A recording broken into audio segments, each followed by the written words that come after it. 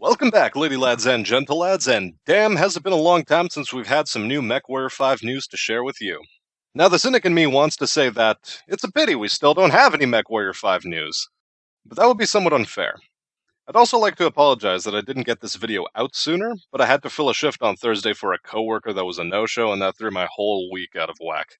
Either way, the podcast is here now, and we can share some information regarding the UI design procedure, AMA. Now, you see, folks, every word in that title is important, so don't go and assume that this AMA answered too many questions about the concrete implementation of the UI as regards gameplay. The focus of the AMA strictly concerned itself with answering questions about the design procedure of the user interface. This was a bit of a letdown for me in the 10 a.m. Pacific Standard Time AMA session, though things relaxed considerably in the 6 p.m. Pacific Standard Time AMA session. And I think that this is largely due to the fact that in the afternoon, Russ Bullock wasn't there to keep the two UI designers who were answering questions on a short leash. Additionally, these AMAs were shortened down to a half hour as opposed to the full hour we are normally used to. Sure, there was less repetition in terms of the questions that were asked, but, at the same time, many other unique questions went unanswered. And I also find that to be somewhat disappointing. If you or someone you know is also bummed out about this trend in the MechWarrior 5 AMA sessions, share your thoughts in the comments. We're starting a support group, everyone. Either way, my cynicism aside, let's get into the meat of the topic. First and foremost, many of the questions asked during the AMA concerned themselves naturally with aesthetics. The thing that folk wanted to know the most about is UI customizability, and unfortunately, it appears as though we won't be given a lot of freedom in this regard upon launch.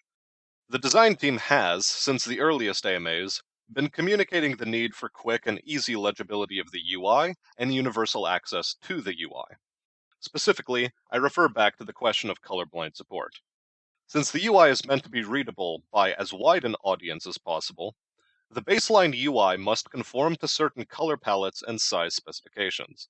Resultantly, control over UI colors via some RGB system or a selection of UI color presets is not actively being worked on. Additionally, there won't be any toggle between a complex versus simple UI setup. Since the UI is supposed to be simple to use, they see this as a redundant feature, no doubt.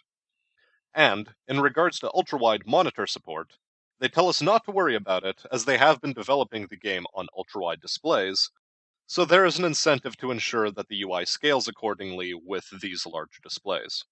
Still on the subject of aesthetics, many people wanted to know how the overall feel of the Battletech universe would be conveyed to the player via the UI elements. Most importantly in this regard, they have tried to make the UI as diegetic as possible. That is to say, the interfaces and UI elements that you encounter are a part of the world as opposed to a mere tool used to communicate information exclusively to the player.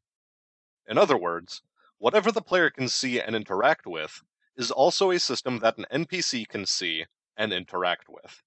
Therefore, things like menus are typically presented as floating/holographic displays and are located at certain terminals. Furthermore, because every mech chassis will have a different cockpit layout, the HUD will attempt to map onto various unique cockpit elements in many cases. That said, some functionality will be reserved for the player, such that they can get tasks done quickly via menus, without having to go find the appropriate terminal on the Leopard, or some such other nonsense. Streamlining redundancy is important after all. No doubt this will go a long way to making the game more bearable on repeat playthroughs. As regards the lore and roleplay immersion side of things, the UI is being designed with veterans of the series in mind, as well as new players. You will be able to find lore snippets if you look for them, and some UI elements are being carried over from older titles and being modernized for the sake of aesthetic legacy, if you'll allow me to coin a phrase. In fact, one of the design philosophies the UI devs have been following is to allow players to solve as many problems as possible via the UI, because this has become a core element of the Battletech experience. This is, of course, as it should be. After all, the devs said themselves that they were merely trying to improve the wheel, not reinvent it.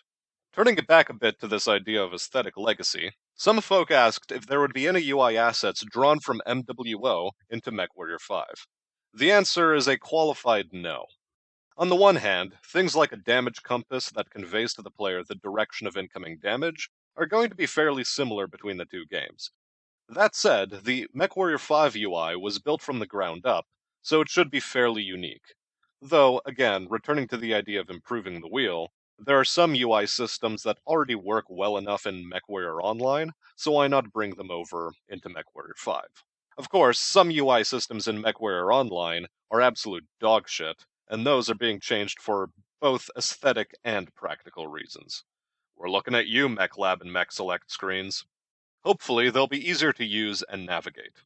The devs also mentioned quickly that identifying information about your loadout specs, such as heat values, DPM, etc., has been of prime importance in this whole process. Also, some have asked if the UI will change as the timeline progresses in order to reflect new developments in technology. Unfortunately, the only UI element that will change, as regards timeline progression, is the inner sphere map, as one would expect it to. Now, finally, the last broad category of topics I want to address before wrapping things up is that of the UI and its entanglement with gameplay. The most important aspect here being, of course, gameplay feedback. In regards to damage states, there will be a paper doll model in use, not unlike what we see in MechWarrior Online. With that said, the paper dolls will be uniquely designed to reflect the mech chassis that you are piloting. In essence, a catapult will have a catapult paper doll, and a locust will have a locust paper doll. There should be roughly 50 of these unique paper dolls to reflect the more or less 50 unique chassis. A quick caveat here: when it comes to subvariants like the Catapult K2, a mech known for having PPC arms rather than missile silo bunny ears, a paper doll currently does not exist to reflect the different weapon configuration. This was taken under advisement, however, and a limited number of subvariants, like the Catapult K2, may get specially tailored paper dolls to reflect their specific modular quirks. In regards to other gameplay feedback, such as receiving damage and mech acceleration, it has been a challenge for the dev team to convey a lot of these things in an aesthetically pleasing fashion. Currently, damage effects work like you would expect them to. Getting hit by a PPC is especially interesting, as your entire UI flickers due to the electronic interference from the blast. But things like ammo explosions are still being worked on. Presently, they are fiddling with a paper doll indicator for this event, though it should also be visually noticeable on the mech. On the subject of ammo, they are also still working on an ammo indicator system that communicates which ammo type is being used and which ammo types are currently housed on the mech. Presumably, this means there will be some ammo switching possible in combat. Squad commands are also being worked on and are still not fully implemented. Lastly, the Merc hiring UI seems to be a point of pride for the devs, as it will feature a lot of unique custom artwork, and they sounded really giddy as they were telling us about this. In essence, color me intrigued. And that about wraps up all the MechWarrior 5 news we have. This was a fairly short one, as was the AMA sessions. Some final words that the devs left us with at the end of the 6 p.m. Pacific Standard Time AMA is that a proper UI showcase will be coming, quote, fairly soon. Naturally, we weren't given a concrete time frame, though I expect them to be about as consistent as they have been with their weekly Monday screenshots and bi-monthly AMA sessions. Honestly, though, I get it. They're likely in crunch mode and don't really have too many convenient time slots in which to do these things. That said, PGI, you really need to work on your PR. And I say that with a sincere hope that you will improve, though history would indicate otherwise. Either way, enough of my griping. I cast my dice a long time ago on this game, so I'm in it until the end. If you have any concerns or opinions about the development of this game, share them in the comments section below. Without further ado, I have been Smastian, and come August, I hope to catch you on a Meku battlefield, and I wish you all a good day.